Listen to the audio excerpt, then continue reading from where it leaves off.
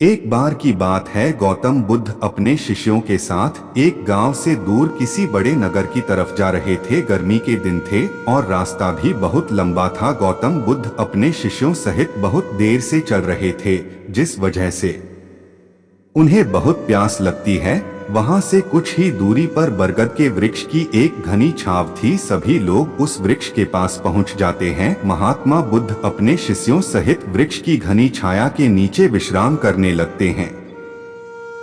बहुत देर से चलने की वजह से सभी का गला प्यास से सूख रहा था। यह बात बुद्ध जानते थे। बुद्ध ने अपने एक शिष्य को कहा, आप इस बरगद की छाया से 20 कदम दूर जाकर बरगद की 2 बार परिक्रमा करके वापस आओ। शिष्य वैसा ही करता है जैसा बुद्ध ने बताया। परिक्रमा के बाद जब शिष्य महात्मा बुद्ध के पास आया तो बुद्ध बोले कि क्या आपको किसी ठंडी हवा का अनुभव हुआ था? शिष्य बोला, हाँ महात्मा बुद्ध, उस उत्तर दिशा की तरफ से मुझे कुछ ठंडी हवा की अनुभव हुआ था। शिष्य की यह बात सुन महात्मा बुद्ध शिष्य से तुरंत बोले कि उसी दिशा में चले जाओ, जरूर वहां से कुछ ही दूर पर एक तालाब अवश्य मिलेगा। उस तालाब से सबके लिए पानी ले आओ। शिष्य उसी दिशा में जब कुछ दूर जाता है तो वहां सच में एक तालाब होता है।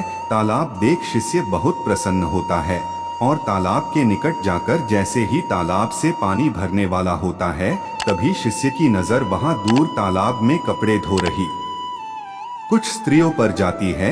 यह देख शिष्य मन में सोचते हैं कि यह पानी तो गंदा हो गया है, लेकिन जब शिष्य ध्यान से तालाब के पानी को देखते हैं कि अभी भी तालाब का कुछ पानी साफ है, इतने में 2 बैलगाड़ी जोर से तालाब के किनारे से होती हुई निकल जाती है। बैलगाड़ी के पहिए तालाब की मिट्टी के ऊपर इतनी जोर से निकलते हैं कि तालाब के नीचे बैठी बहुत सारी मिट्टी तालाब के ऊपर आ जाती है, जिस वजह से तालाब का बचा हुआ पानी भी गंदा हो जाता है। यह देख शिष्य बिना पानी लिए क्रोध में महात्मा बुद्ध के पास वापस चला जाता है। शिष्य बड़े ही निराशा भाव से महात्मा बुद्ध को सब बात बताता है। शिष्य की बातें सुन सभी शिष्य बोलते हैं कि हमें तुरंत यहाँ से निकलना चाहिए, किसी दूसरी जगह पानी की खोज करनी चाहिए, वरना प्यास के मारे जान निकाल जाएगी। इधर महात्मा बुद्ध सभी को शांत होने के लिए कहते हैं और बोलते हैं कि धीरज रखो, कुछ देर यही बैठो, उचित समय आने तक संयम बनाए रखो। सभी महात्मा बुद्ध की बात सुनकर शांत हो जाते हैं और वहीं बैठ जाते हैं। कुछ समय बीत जाने के बाद महात्मा बुद्ध फिर से अपने शिष्य को उसी तालाब से पानी लाने के लिए कहते हैं। शिष्य बिना कोई सवाल किए उसी तालाब से पानी लेने के लिए फिर से चला जाता है। तालाब की हालत देख शिष्य को यकीन नहीं होता। तालाब का पानी पूरी तरह से साफ होता है। यह देख शिष्य बहुत खुश होता है और पानी भरकर महात्मा बुद्ध के पास जाता है। सभी पानी पीकर अपनी प्यास बुझते हैं, लेकिन अभी भी सबके मन में ये एक सवाल था कि आखिर यह चमत्कार हुआ कैसे? तालाब का सब पानी तो गंदा था। उन्हें लगा कि जरूर ये बुद्ध की शक्ति है। इनमें एक शिष्य ने यह सवाल महात्मा बुद्ध से पूछ ही लिया कि यह चमत्कार आपने कैसे किया? शिष्य का जवाब देते हुए महात्मा बुद्ध बोले कि यह कोई चमत्कार नहीं, यह आपके सब्र का फल है। यह फल है आपके सब्र बनाए रखते हुए उचित समय के इंतजार का। जितनी देर हम सब लोगों ने सब्र किया, उतनी देर तक तालाब के पानी के ऊपर तैर रहे सभी गंदे तत्व और मिट्टी तालाब के पानी के नीचे बैठ रहे थे।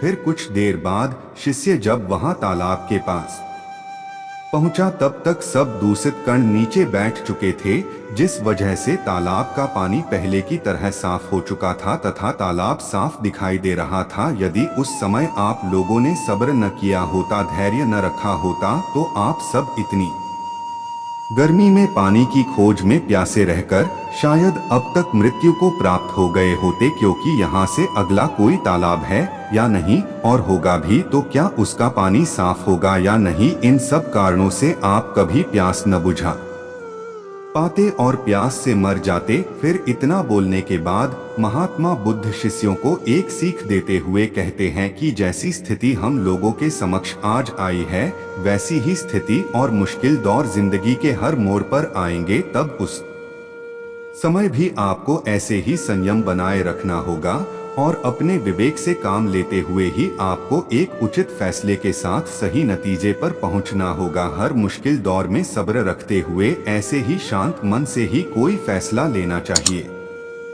जिसका आपके और दूसरों के लिए अच्छा हो, क्योंकि ऐसी स्थितियों में लोग अक्सर गुस्से में आकर अपना सब्र खो देते हैं और गुस्से तथा जल्दबाजी में गलत काम और फैसला कर बैठते हैं, जिसका बुरा परिणाम उनको भविष्य में देखने को मिलता है, जिसमें खुद का नुकसान अधिक होता है।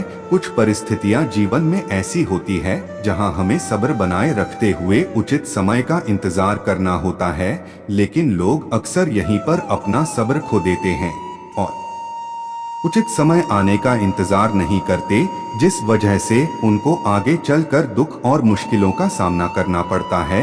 हमारे द्वारा लिया गया आज का फैसला हमारे आने वाले कल की खुशी और दुख को निश्चित करता है।